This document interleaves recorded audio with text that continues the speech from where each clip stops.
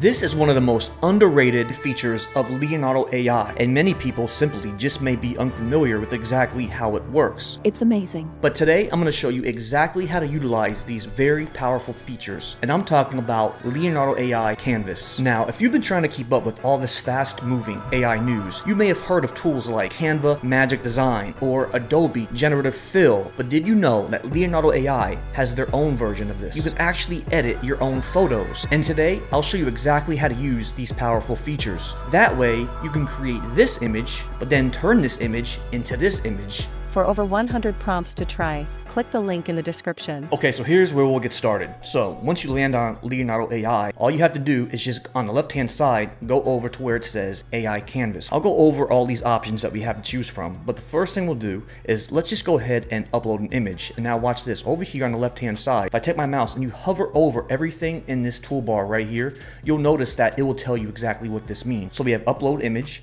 we have sketch, erase, draw mask, select, and pan.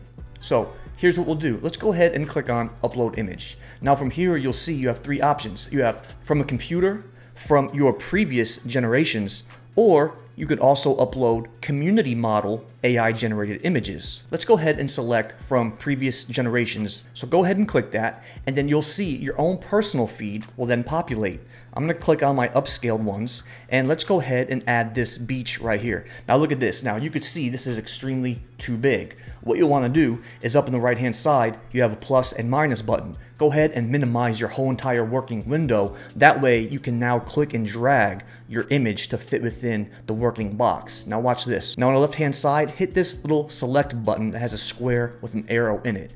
Now click on the image and just bring it down a little bit to where it is much smaller to fit within this window. Now as I zoom in to my workspace right here, you'll notice it's still too big. Now keep in mind, everything you see within this gradient purple and blue boxed window, that's gonna be the only place that shows when you download your image. If I try to get it to fit within this window, you'll notice that I'll be missing a lot on the top and on the bottom. So how exactly do you fix that? Let me go ahead and expand my image a little bit more. And that's where on the right hand side, you can easily just change the image dimensions and then just choose something that's gonna be more comparable to your size. So this might work pretty well. And then from here, I'll just increase the size of my image and then move it around a little bit more. So you can either move this box around to fit into your image or click on the image and move your image around within that gradient box. So once you get to a location that looks pretty good, now just leave it here. So we have our image uploaded. Now, the next thing we can do is we can also add another image on top of this one. So let's just say, for an example, I want to add a picture of myself. Now what I did was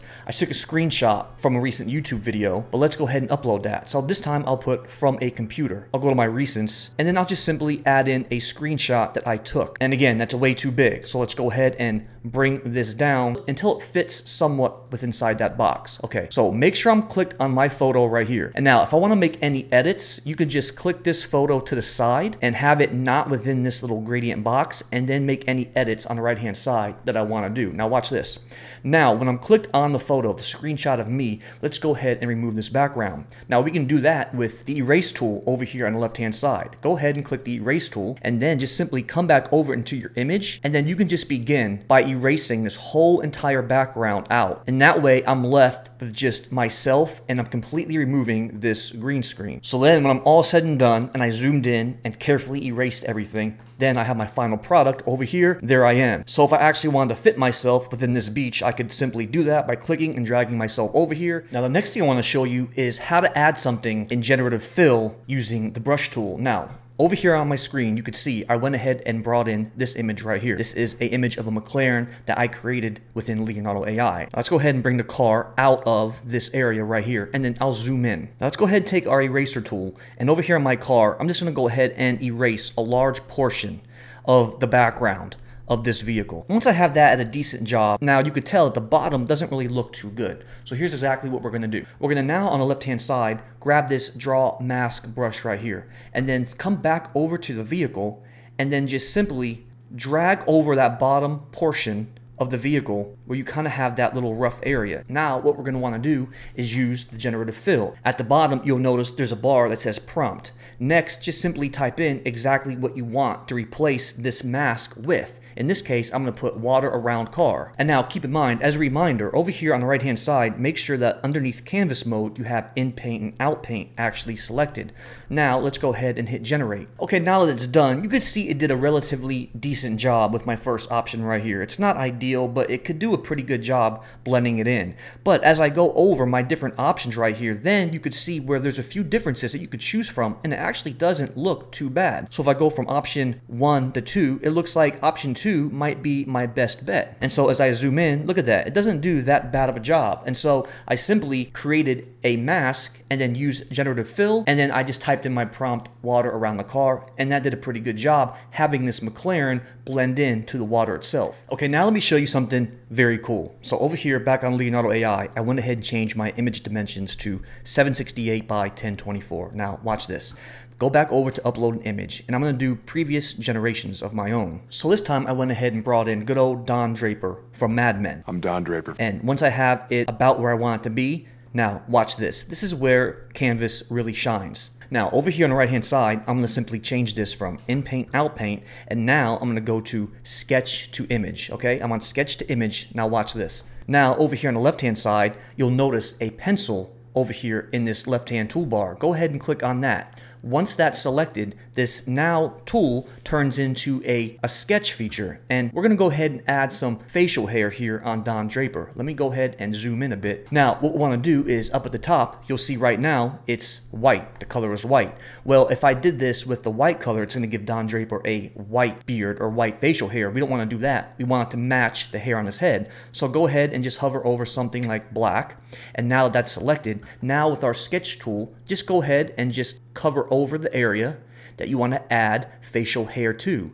And then just like that, now what you want to do at the bottom is just simply type in facial hair. I have facial hair typed in. Now go ahead and hit generate. Let me just close this gap right here. Now I'll go ahead and hit generate. And then there we have it. It's going to give us some options for some facial hair for Don Draper. And so it's going to give us 4 options. There's the first one. I'll press this arrow and I can kind of go through them and then select an option I want to use. Now keep in mind, you can all get different results by using the different fine-tuned model. Right now I'm in Dreamshaper V7, but depending on the fine-tuned model you select, you'll get a different variation of results. So it's pretty cool. But let's come back and let's head over to my Airtable prompts database. And what I'm going to do is kind of go through all of these prompts right here and then choose one I might want to use. Let me go ahead and go to my gallery view right here, and that way I can look at all the prompts that I have ready to go that I can just plug and play, copy and paste in Leonardo AI. And again, you can get access to hundreds of prompts with the link in my description, and then also to get access to this database, there'll be a link as well, and this one's going to contain thousands of prompts, and I update it probably every other day. The goal is to get to 5,000. Okay, so I like this one right here. This is going to be Scarlett Johansson as Black Widow created in photoreal. So let's go ahead and then use this prompt right here. I like this prompt. This is truly prompt power. Let's go ahead and copy the whole entire thing out of this database to get a similar result just like this. Okay, so now check this out. I entered my prompt for my Airtable database for Scarlett Johansson as Black Widow. Now, I get 4 images to choose from. First one is not my favorite, but then check out these other ones right here. I'll click this arrow to go on to the next one.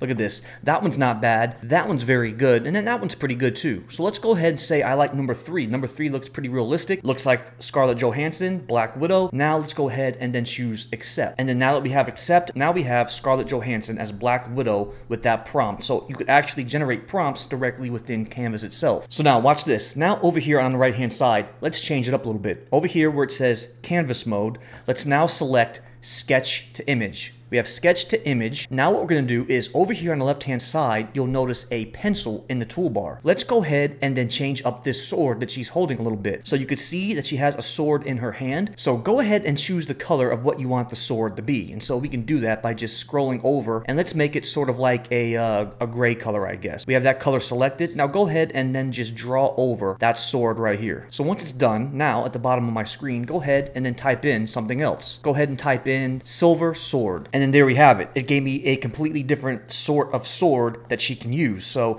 you could actually change it up. So let's go ahead and hit cancel. Now watch this. Let's go ahead and remove that little portion right there. Go back to the sketch tool and let's zoom in a little bit, just like this. Now watch this. Let me go ahead and make my sketch much smaller, zoom in some more, and I want to kind of go over her eyes like this. And just draw a line like this. And now let's go ahead and add some sunglasses on Scarlett Johansson, just like that. Now hit generate. And then look at these sunglasses on Scarlett Johansson. Black Widow is now a lot more stylish. Let's see what else we got. Let me go ahead and zoom out a little bit and then see the other options that it gave us. So let me go ahead and look at all 4 of my images. All pretty good. All did a relatively good job with making these. Let me zoom in a little bit and see what it came up with. Look at that. Very much more stylish wearing these sunglasses. I like that. So if you like that one, now just go ahead and then select accept. And then look at this right here. So now we have my Scarlett Johansson. We used this prompt over here. I copy and pasted this prompt right here, and I got something very similar, but utilizing this same exact prompt from my Airtable database. Now, over here on Leonardo AI Canvas, you could see with the same prompt, I made something very similar, but then now she has a more stylish face because we added these sunglasses right here. Pretty cool. And so if you actually wanted to download this image, we can do just that. Over here on the left-hand side, just hit that download button, and it's going to download this artwork that we just made. And then there you have it. There is the final product of Scarlett Johansson now with sunglasses. Okay, so now the next thing we're going to do is I want to show you this cool trick right here. Let's go ahead and upload another image. Go ahead and upload image.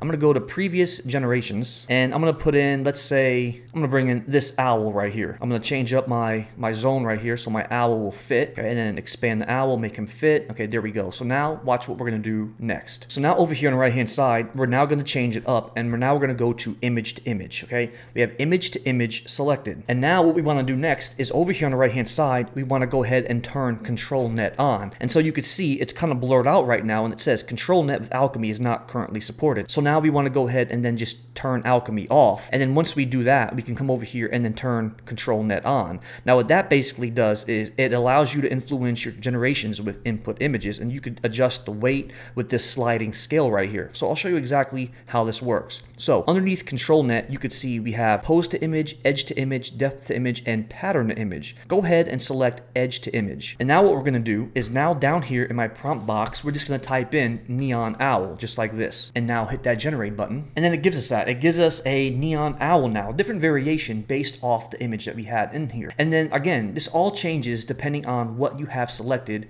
as your fine-tuned model and such. So that's one thing you could do as well with that image to image and then utilizing the edge to image in the control net. Okay, so now watch this. This next thing I want to show you is actually one of my favorite things to do in Canvas. Now I'm going to go ahead and add a new image. I'm going to do upload image and now do from computer. And now I just brought in this stock image right here of this sleepy woman right here falling asleep, drinking her, it looks like coffee. Okay, so let me go ahead and zoom in. Now down here at the bottom, now watch what I'm going to type in. I'm going to type in humanoid robot. Now over here on the right hand side, what we're going to want to do is now change the control net to depth to image. And I'll type in humanoid robot. Now it transformed this woman into a humanoid robot, still doing the same thing with her coffee. Now look at this right here. This looks pretty cool. I'm gonna go ahead and hit accept and I can remove this image. Now check that out. Now I have this humanoid robot with that kind of blue finger drinking the coffee, and then I can do a comparison with the side by side. Look at that, it looks pretty cool. And so I did that by using control net and then I changed it to depth to image. And so moving forward, I'll have a lot more videos kind of featuring some more things you could do in Leonardo AI Canvas. But for now, I wanted to show you guys just a few of the popular, most basic things that you could do, especially when it comes to just using their generative fill and editing some photos. But tell me what you guys think. And thank you so much for watching this video. And please don't forget to hit that subscribe button because you'll be the first to know when all these types of videos come out. But until then, we'll see you next time.